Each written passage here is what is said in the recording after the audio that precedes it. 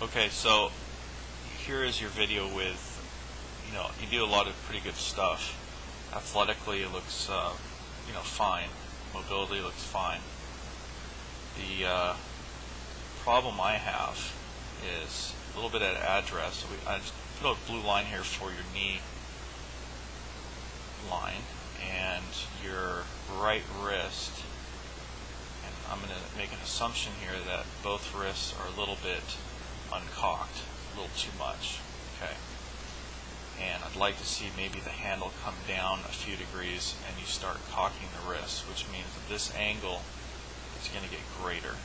Okay, so that little angle right here, just a few degrees. And that's going to help you get some sensation here. When you make your backswing, you start to rotate the body immediately and roll the arms as you try to bring your right elbow to the side of your body. Now, as you notice, your face angle is fine, if not a few degrees open. And I think a lot of that's an attempt to try to get the ball in the air. So, the only issue is the club face. If you want to think of this as being the end all right here, is basically the sweet spot of the club. So it's moved the most inside back and away from the ball. And that, if you really think about this, from right here to here, that's pointing the swing direction out to the right the most. Okay. So as you go back, knowing that you're off plane, you start to bend your right arm,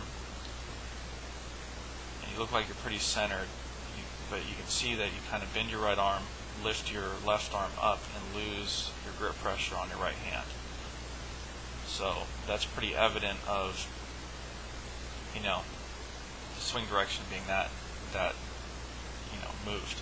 So that's really the first priority that I would get into before you're really thinking about anything in the downswing, because from where you're at, it's very vertical and very steep coming down into the ball, and you're just going to hit it pretty low. There's no way to hit it high unless we did something really interesting like tilt back the most and try to flip at it. But overall the motion looks great and everything, but that's what I would do. So as an example, let's pop this up for a second.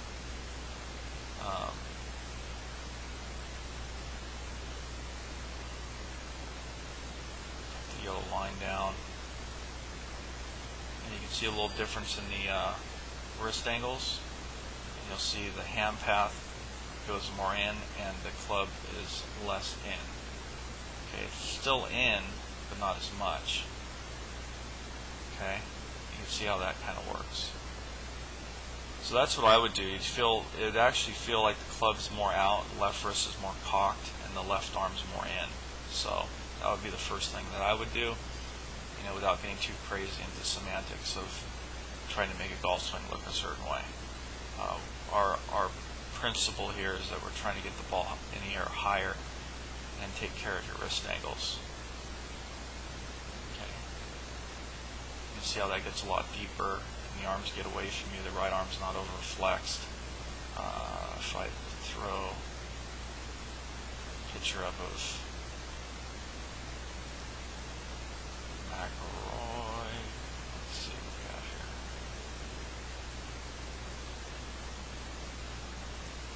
You'll see that the right arm's a lot straighter. Okay. So hopefully that makes sense. This is kind of the simple, quick version, but that's what I would do. Okay? Thanks.